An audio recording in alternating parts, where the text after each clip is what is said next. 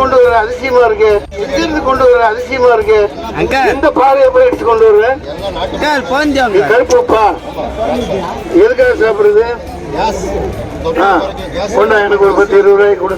10-20 வாயில போடுங்க. 5 நிமிஷத்துல கேஸ் பண்ணுங்க. வாயில போடுங்க. 5 நிமிஷத்துல கேஸ் பண்ணுங்க.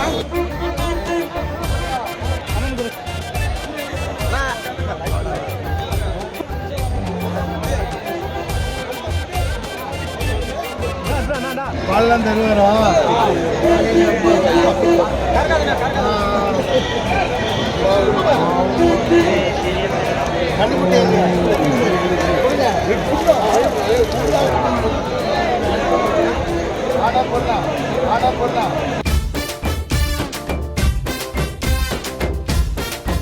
ஏசியில குளிர்னு நல்ல குளிர்காலத்தில் இனிமேல் வைக்கணும்.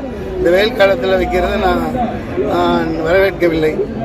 வாழ்த்துக்கள், இந்த மாணவர்களுக்கு வாழ்த்துக்கள். வட இந்தியா மாதிரி அவங்களுக்கு உதவக்கூடாது.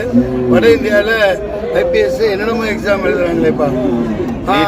அப்படியே புக் எடுத்து பக்கத்தில் வச்சுக்கிட்டு நீட்டுக்கு அப்படித்தான். இன்னும் இப்போ எழுதுனாங்களே யூபிஎஸ்சி எக்ஸாம். இன்னொன்னுப்பா அட்மினிஸ்ட்ரேட்டிவ் பெரிய பெரிய எக்ஸாம் எழுதுனாங்க. எல்லாமே பக்கத்தில் புத்தகங்களை வச்சுட்டு அதை எழுதுறதுக்கே அவனுக்கு தடுமாறானுங்க. மிஸ் இங்கே வாங்க, இதுக்கு எந்த பதில் எழுதுறதுன்னு கேட்குறாங்க. ஜட்ஜுப்பா, எந்த இது லாயருங்கப்பா.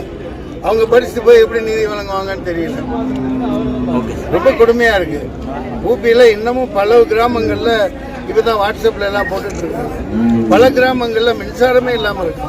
20 வருடங்களா 40 வருடங்கள் பின்தங்கிய நிலையில் இருக்குங்கிறாங்க. இங்கே தான் வந்து நாங்கள் டிஜிட்டல் இந்தியாங்கிறாங்க.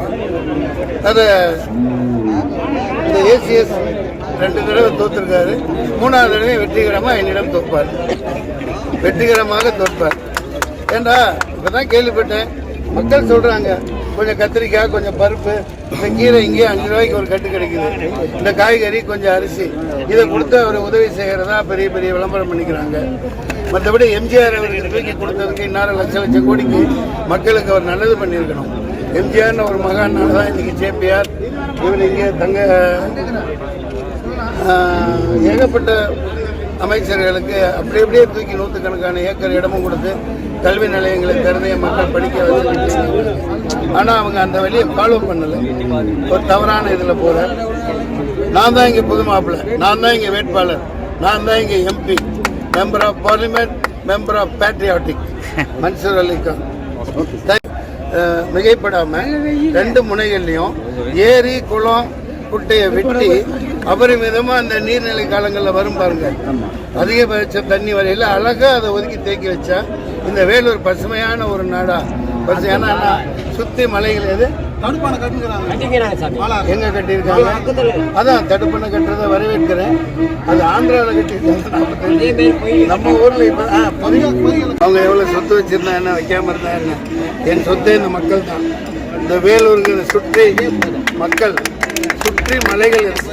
அந்த மலைகளில் வெளிநாட்டு தொழில்நுட்பங்களோட அல்லது அந்த சாதாரண அந்த பயோடெக் இங்கே அவ்வளவு மாணவர்களை வச்சு கூட 40 அடி உயரமாக இந்த கொடைக்கானல், ஊட்டியில் வளர்கிற மரங்களை எல்லாம் இங்கே பரிசீலனை முறையில் நட்டு பராமரித்து அது மழை 20% மழை இங்கே வருங்கிறது ஆய்வு சொல்லுது. அதை நான் தெரிஞ்சுக்கிட்டு தான் இங்கே வந்திருக்கேன். சுற்றி மலைகள் இருக்கு. அந்த மலைகளை பசுமையாக்கணும். என்னோட 3 கொள்கைகள். 1, 4 லட்சம் பேருக்காவது குறைந்து 2 லட்சம் ரூபாய் கடன் இல்லாத, அதாவது வட்டி இல்லாத கடன் கொடுக்கணும். எப்படின்னா அது வட்டி இல்லாமல் கடன் வந்து பேங்க் கொடுக்க விடாது. அது ஒரு ட்ரஸ்ட் மூலம் ஆரம்பித்து, இது இன்ஸ்பிரேஷன் எனக்கு மோடி ஐயா தான். ஏன்னா 25 லட்சம் கோடியை அதான் அன்றைக்கி தள்ளுபடி பண்ணியிருக்காரு. பல பேருக்கு குஜராத்திற்கு 22,000 கோடி, 12,000 கோடி, 4,000 கோடி அப்படியே தள்ளுபடி பண்ணியிருக்காரு. நம்ம ஏன் இது ஏழை எளியவர்களுக்கு அதை பங்கு போட்டு கொடுக்கக்கூடாதுன்னு வேலூரில்